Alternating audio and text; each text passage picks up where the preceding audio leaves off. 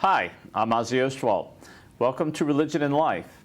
This week we learn about one of the most distinctive programs at Appalachian State, the Center of Judaic, Holocaust, and Peace Studies.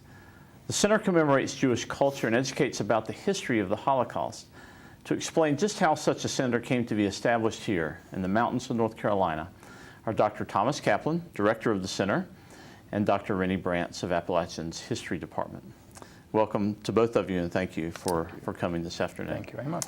All right, so Dr. Kaplan, Thomas, if I may, let's start with you. Yes.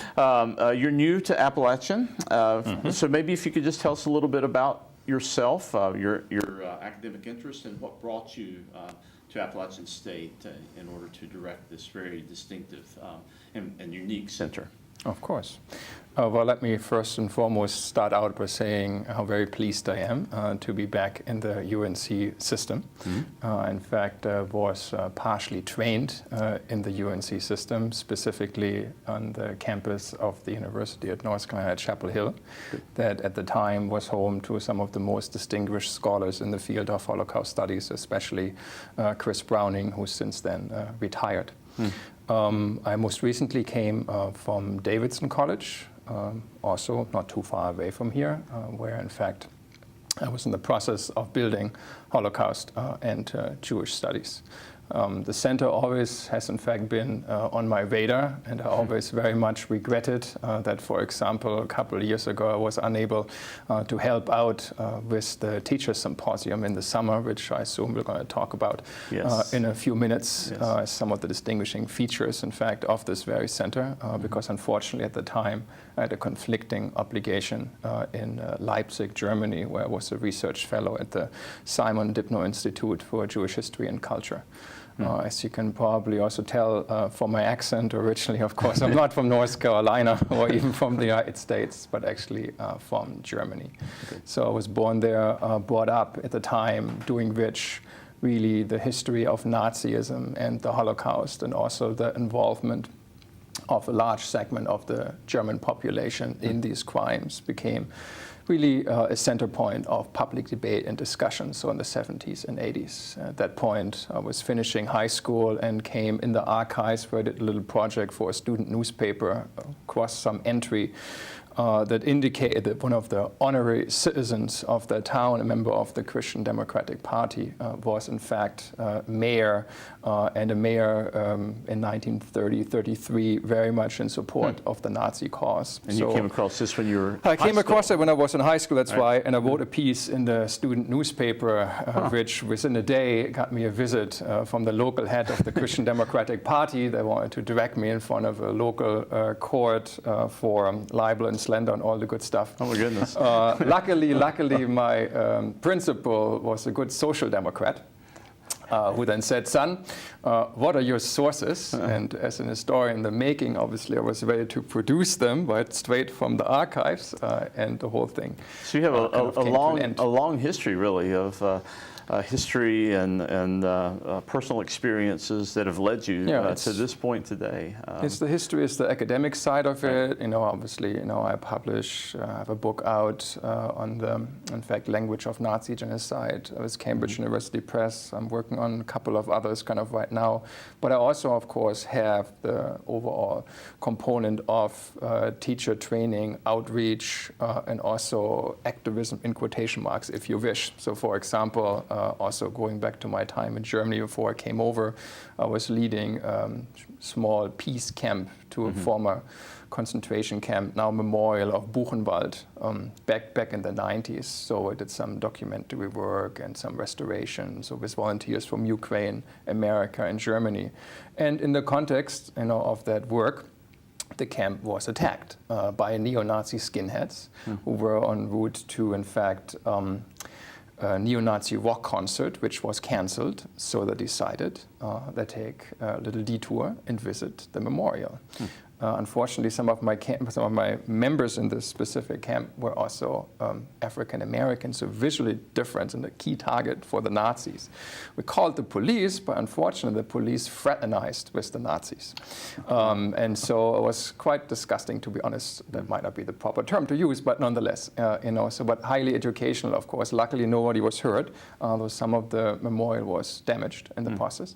So it's really a long history going back. And really I guess the mission of the center is to keep alive the memory of episodes just like this, and to educate about the Holocaust in general.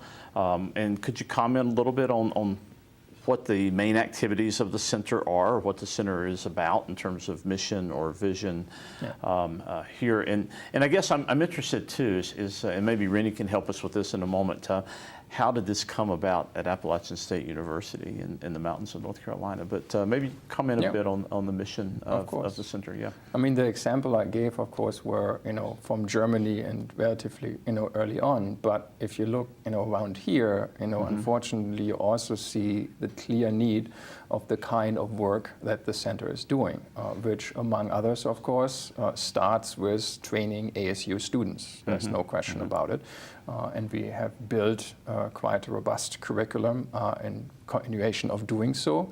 Especially our Judaic studies concentration is not as strong as we like it to be, but we're working on it. We're also working on offering modern Hebrew at some point in the nearer future, without which really no Judaic studies program can be viable.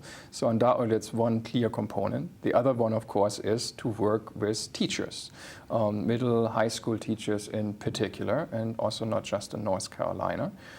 For a long time, I've been in the States, and especially in North Carolina, on and off since 1997.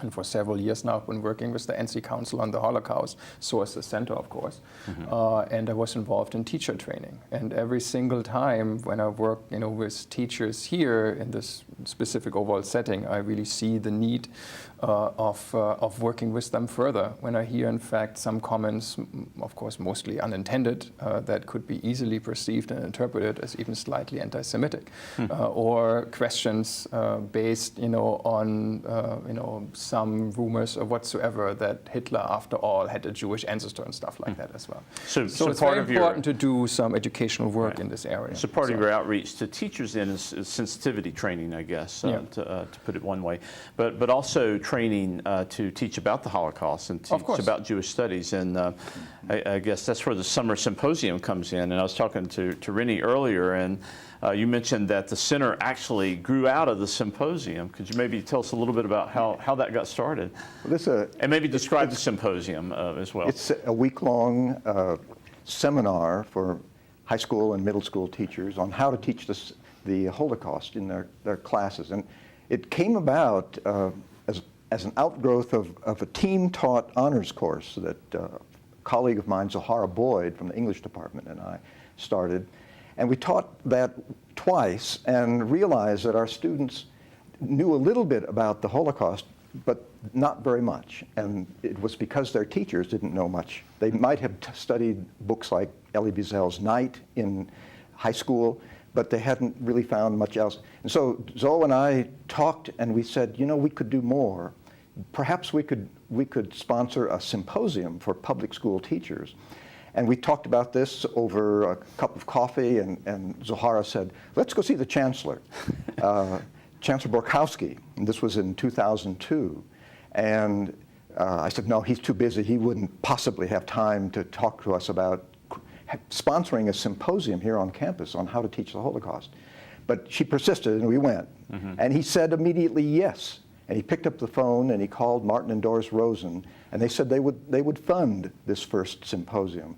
And we had some help from Miriam Klein-Kasanoff in Florida, who is a Holocaust educator. She helped us recruit some outstanding speakers like Michael Berenbaum, who continues to visit us, an internationally known scholar on the Holocaust.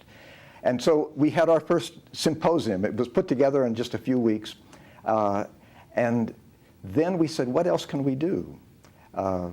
And we thought, well, we could talk to the High Country Havara, which was a group in Banner Elk of Jewish persons who were interested in what we were doing on campus. So we went over to Banner Elk one day for lunch with them and explained what we had been doing at Appalachian. And just as we ended, somebody said, "What do you want to do now?"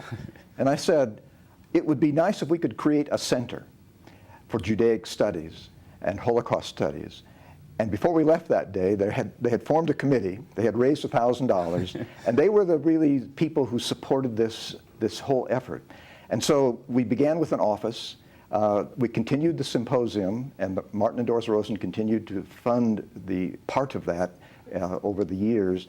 And it has grown enormously and far beyond what I had thought at the outset. It really were humble beginnings. You said you started with an office. Your office was in my building, and it wasn't much more than a closet, I'm afraid. Since you've got a suite of offices now, I think. And it grew into a center. It has expanded with the distinguished professorship that Thomas occupies at this point. We've come a long, long way, and I'm just so very, very pleased at what's happened here and how important this has become on our campus. Yeah, in just a little over a dozen years. Yes. It's really quite amazing. Yeah. How many teachers, we've got an image here, I think, from the symposium. How many teachers do you normally have in the summer symposium? Between 30 and, sometimes it's been 40, but usually between 30, 35. Sometimes it's been a little less. But it's a sizable number. If you think over 13 years, sure. This is a considerable number, and I think we've made an impact on how the Holocaust is taught in North Carolina and in surrounding states, because people come from Florida, from Tennessee, from other states as well. And in fact, even more so, and it's of course indicative of the success of this series, is now we have also international visitors. Yes. Some we bring with the help of some of our colleagues and affiliates, among others, the Organization of Holocaust Associations, and our friends there, who with the help of the State Department also bring teachers from Eastern Europe. But we also have, on a frequent basis, volunteers and folks who come. We have folks from South Africa, right? Yeah. From Canada, from Hungary, kind of and the like. And I will guarantee it will bring some Germans too. Yeah. And we have also a number of people from the community, because all the sessions are open, free to the public. And so we usually have a sizable number of community people who stop by. So from 2002, Rennie, you and Sahara sit down for coffee, and now you're reaching hundreds of students through these teachers each year, a sizable number of students on our campus, and now you even have an international reach. So it's really, really quite amazing, the growth that the center has seen. And of course, we also are working and want to work more with numerous major players and organization institutions in the field. We already have had for a very long time, and Rennie was involved in this as well, strong ties. The United States Holocaust Memorial Museum. I was a scholar in residence there a few years ago, so also very strong ties. So we're going to bring more people to numerous events, but we also want to reach out more, for example, to Yad Vashem in Israel. And I'm flying over there next month to give a talk and to connect with some of our colleagues there. And also, of course, in Germany, the Center for Research in Anti-Semitism, one of those unique institutions there, the Technical University of Berlin. I'm going to spend the summer there as a fellow in residence, research fellow, and it's also an important collaboration to bring our work further. Yeah, so you're really creating this international web of connections, which is quite remarkable. Could you comment a little bit on the title of the center, Judaic, Holocaust, and Peace Studies? Tell me about the Peace Studies part. And I think that title actually evolved over time. Is that correct? It did. Clearly, we started off from the Holocaust Studies. And we thought the Jewish experience is not just the Holocaust. There's much more Judaic studies, so we added that. But then we said, after you study the Holocaust, what do? You have to have some next step, peace studies. There has to be another direction. We can't just talk about the past and not do anything about that in the present. And so it was a lot of discussion, and some said nonviolence ought to be that, but we ultimately ended up saying peace studies. And I think that was a wise decision. At least my thinking is that it was a wise decision. It opens the area for us to discuss wide issues beyond just the Holocaust, and we do at times, and you're sponsoring this evening, I think. Yeah, that's right. We're bringing a speaker, a child survivor of the Rwandan genocide, Mugabo Eves, who's going to come us and talk about his struggles and suffering in this specific genocide. But I mean, if you think about it, coming out of the Holocaust experience, so of course it wasn't described as such in 1945, was already the never again. Right. And of course, we have been repeating the never again far too often, in many ways already kind of enshrining a moment of failure. But nonetheless, we can't stop. Unfortunately, of course, genocide is with us today in numerous parts of the world. And the need, of course, is there to continue that kind of work. So the idea is that through educating and keeping alive the memory of the Holocaust, you can work toward preventing future genocides, right, and work toward creating peace in parts of the world that are torn apart. Yeah, I think part of genocide studies, but also, of course, of peace studies, right, is the prevention of future genocide and working towards this end. And there's been a very robust scholarship in numerous fields, from history to policy to sociology, kind of, and the like, going in this direction. And we are tapping into it and being part of it as well. So we are currently revamping the curriculum. We're going to have an intro course to peace studies as one of the gateway courses that all of our minors will have to take, among others. And in many ways gives the center also another kind of distinguishing feature, because now, of course, there are more centers, Holocaust, genocide studies, not just in the US, but also North Carolina. Right. But this really is what sets us apart. And of course, very much and very well reflects broader traditions at ASU that, of course, also focus on peace studies, social justice, kind of, and the like. I mean, that's really what the campus is rightfully known for. Very good. Now, you mentioned you have a speaker tonight. Is this something you do? You sponsor visiting speakers or visiting scholars often? Is that part of the work of the center as well? We've had lecture series and film series on a fairly regular basis. Also, summer study abroad, sanctioned by the center, and I've led that for a number of years. Let's hear a little bit about that. I think you said for 17 straight summers, you've taken students abroad for a month at a time. You're a very courageous man. So that's something that will continue. It started before the center, obviously, and it's a joint venture with Austin Peay State University in Tennessee. And the chair of their history department and I team teach and coordinate the program together. We usually take between 15 and 18 students each summer to France, Germany, and Austria. And it's not only a study of the Holocaust, but it's also a European experience. So we visit Dachau, the first concentration camp outside of Munich, but we also visit the Louvre in Paris. So we see the best and maybe the worst of the European experience. And I think it's had a tremendously important impact on the students. They have seen more of the world. They understand better what the Holocaust was about. And many of them have gone into teaching, and they use this experience in their own classrooms. And I think that's one of the great benefits of that summer study. Yeah, we actually are planning to continue this, of course, in a slightly different format. Among others, at this point, we're going to be folding this into some of our classes, especially in the spring semester. So, for example, next semester, I'll be teaching a Holocaust seminar. We're going to be combining this with a visit to the archives of the Holocaust Memorial Museum. And in the following year, we're going to be combining this with a visit to various memorial sites and archives in Germany, including, of course, Auschwitz, but also some other concentration camp memorials more in the center of Germany, like Sachsenhausen, north of Berlin. And the overall idea really is to combine it and, in fact, tie it much more strongly to academic endeavors. I mean, there's a lot of, kind of going on what colleagues and friends of mine have described as Holocaust tourism. And so obviously you want to work against this and do really serious work and presentations. And I've done this in the past, and the students have really been doing phenomenal work. I had them do presentations at the Free University of Berlin, one of the distinguished universities in Germany, and my German colleagues colleagues were impressed and even utterly shocked once they realized that a couple of the students, they were first-year students. I mean, I never seen that, you know, kind of confidence in the presentation, some of the insights, whatever, and stuff like that.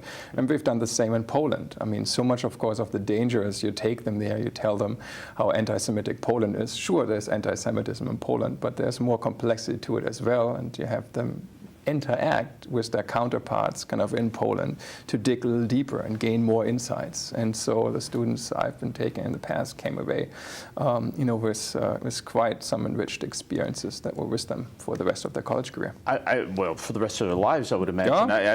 My guess is that this is the sort of experience that would change students' lives, and I'm sure you get testimonials from these students all the time that this has been tremendously meaningful and life-changing experience for them. Yeah, no, we also started in one occasion, I want to do this again, taking them to industrial sites. I mean, often, of course, the broader, you know, Holocaust awareness and realm of public discourses, we think of Auschwitz and the like, but we don't think of even simply ordinary industrial sites, for example, what today is called Volkswagen, the Volkswagen factory in North Germany, of course, recently in the news for obvious reasons. But they, in fact, had you know, hundreds, in fact, thousands of slave laborers, you know, working on site, including ordered, right, via Porsche, right, who contacted, he was friends with Heinrich Himmler, the head of the SS, contacted Himmler in '44 and asked for slave laborers, and Himmler delivered.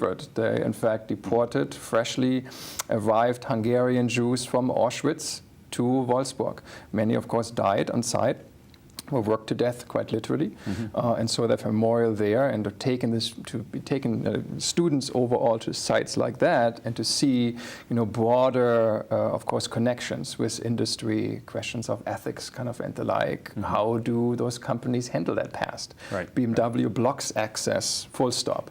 Volkswagen grants it, but does an interesting dance, you know, say, well, we're selling cars, still trying to, even after the recent, you know, hiccup, to say the very least. But on the other hand, we also want to do some critical history there, and so that certainly is a tension, you know. So you described a little bit of how you want to perhaps amend the study abroad program in the future. What other sort of grand visions do you have for the center? Where do you see the center going over the next few years? A couple of things. I mean, one I already mentioned, so I can keep it very brief, which is really building the curriculum. Right. Really interested in having a more robust program, also in genocide studies, but also, of course, in Jewish studies. The peace studies one is already very strong, which is fantastic, of course. Secondly, of course, in addition to the very important work with the teachers, and I don't want to be misunderstood, I've always been working with teachers. They're fantastic teachers in North Carolina. I've been friends with many of them. They're doing fantastic work. But obviously, you want to do and help them more. That's not a question.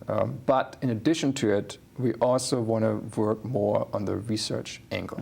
So I have some ideas of planning jointly with some of the institutions I mentioned earlier, including the Holocaust Museum, of organizing some specific scholarly conferences here on this campus, in which, of course, also students would be invited and would be playing a role.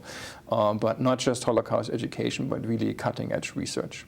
At some point, I also hope, final point, that we might be able to, in fact, even have opportunity for visiting scholars to come, maybe even for a semester. Do research, but maybe also teach a class, or at least a few lectures and things like that. Right.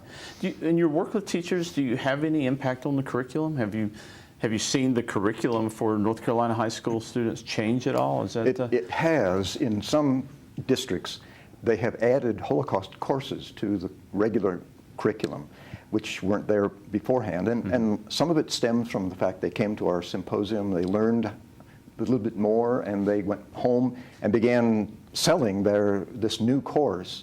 And they have been very successful in Winston-Salem and in the Raleigh area. There have been a number of people who've changed the curriculum because of their experience here. That's really quite an impact that the center can claim to have on North Carolina education, both through the work with the teachers and the curriculum. So Rennie, you've been here since 1973. Is this your most proud legacy? That I know you're looking at retirement in the near future. I imagine you can look back on this and I think feel so. quite Yes. amount of pride for what Yes, you've accomplished here.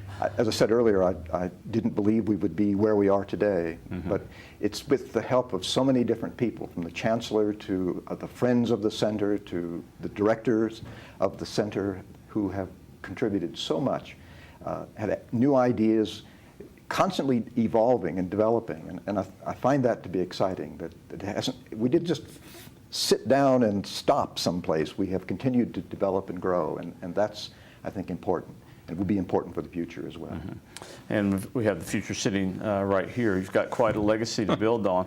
If I could ask you maybe one final question, if you could bring anyone, a visiting scholar or a special speaker to campus to raise the profile of the center, to raise the profile of the university, who might you try to bring to this university? Well, if I'm allowed to express some more ambition, of course, let me combine it. Obviously, we're very interested in bringing some of the leading, scholars in the field to campus, and we just, in fact, had a very prominent one in Alon Confino, an Israeli-American scholar from Ben Gurion University of the Negev, and he also teaches at UVA. So we certainly want to continue that and bring similarly important scholars from Germany, Britain, and also Israel and the like, also from Yad Vashem again, maybe Dan Michman. Of course, he is also in the process of retiring. So, and in addition, of course, also in terms of the work the fabulous work that can be done, and also, of course, with a broader nod to popular culture and the like, it speaks to the vibrancy of the center too. That we have so many supporters who are so very well connected. One of them, for example, was involved in interviewing survivors of the Holocaust for the Shoah Foundation. That's of course also initiated by Steven Spielberg, and she said, well, maybe we can bring Stephen. I said, sure, of course. That would be fantastic for a number of things. Let's bring Steven Spielberg to campus. That would be wonderful. Well, gentlemen, certainly you should be very proud of the work you're doing here. The center is, as I said, one of the most distinctive programs we have. And I want to appreciate, Rennie, your work in the past. And Thomas, we look forward to you being here for years to come and building on the program that Rennie and Zohara and others work to establish. So thank you for coming today. Yeah. Thank you very much. That's Religion and Life for this week. If you have any questions, comments, or suggestions, please contact us at watchapptv.com. Until next time, I'm Ozzie Ostwalt.